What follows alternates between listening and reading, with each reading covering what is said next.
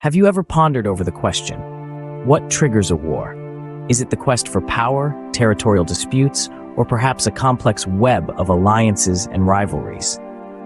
As we delve into the events of the First Samnite War, we find that it was quite a mix of all these elements. In the heart of ancient Italy, around the 4th century BC, two emerging powers were set on a collision course. The burgeoning Roman Republic, expanding rapidly across the Italian peninsula, and the Samnites, a fierce tribe from the mountainous region of Samnium, were destined to clash in what we now call the First Samnite War. This conflict, which unfolded from 343 to 341 BC, began as a local dispute between the Samnites and the Sidicini, a smaller tribe in Campania. As the Samnites routed the Sidicini, the latter called upon the Campanians for help. The Campanians, in turn, appealed to Rome. The Roman Republic, seeing an opportunity to extend its influence and safeguard its southern borders, agreed to intervene. The Romans, led by consul Valerius Corvus, quickly engaged the Samnites at the Battle of Mount Gorus in 342 BC. Despite being outnumbered, the disciplined Roman legions emerged victorious. This marked the first significant Roman victory in the conflict, setting the stage for future encounters.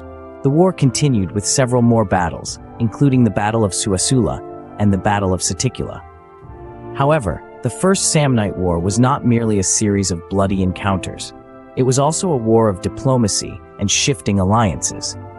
The Romans, realizing the potential threat of a united Italy against them, cleverly negotiated a separate peace with the Samnites, effectively ending the war in 341 BC.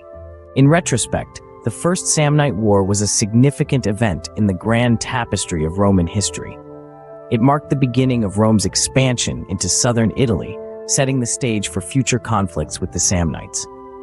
Moreover, it demonstrated the strategic acumen of the Romans, who not only excelled in battle, but also in the art of diplomacy. To summarize, the First Samnite War was triggered by a local dispute that escalated into a regional conflict. The Romans, seizing the opportunity, intervened and managed to secure several victories against the Samnites. Despite the bloodshed, the war ended not on the battlefield, but at the negotiation table, revealing the Romans' diplomatic prowess. This war marked the start of Rome's expansion into southern Italy, setting the stage for future conflicts and the eventual domination of the Italian peninsula. So the next time you ponder what triggers a war, remember the First Samnite War. It was not just about power or territory, but also about alliances, diplomacy, and strategic foresight. And in the grand scheme of things, it was but the opening act in the great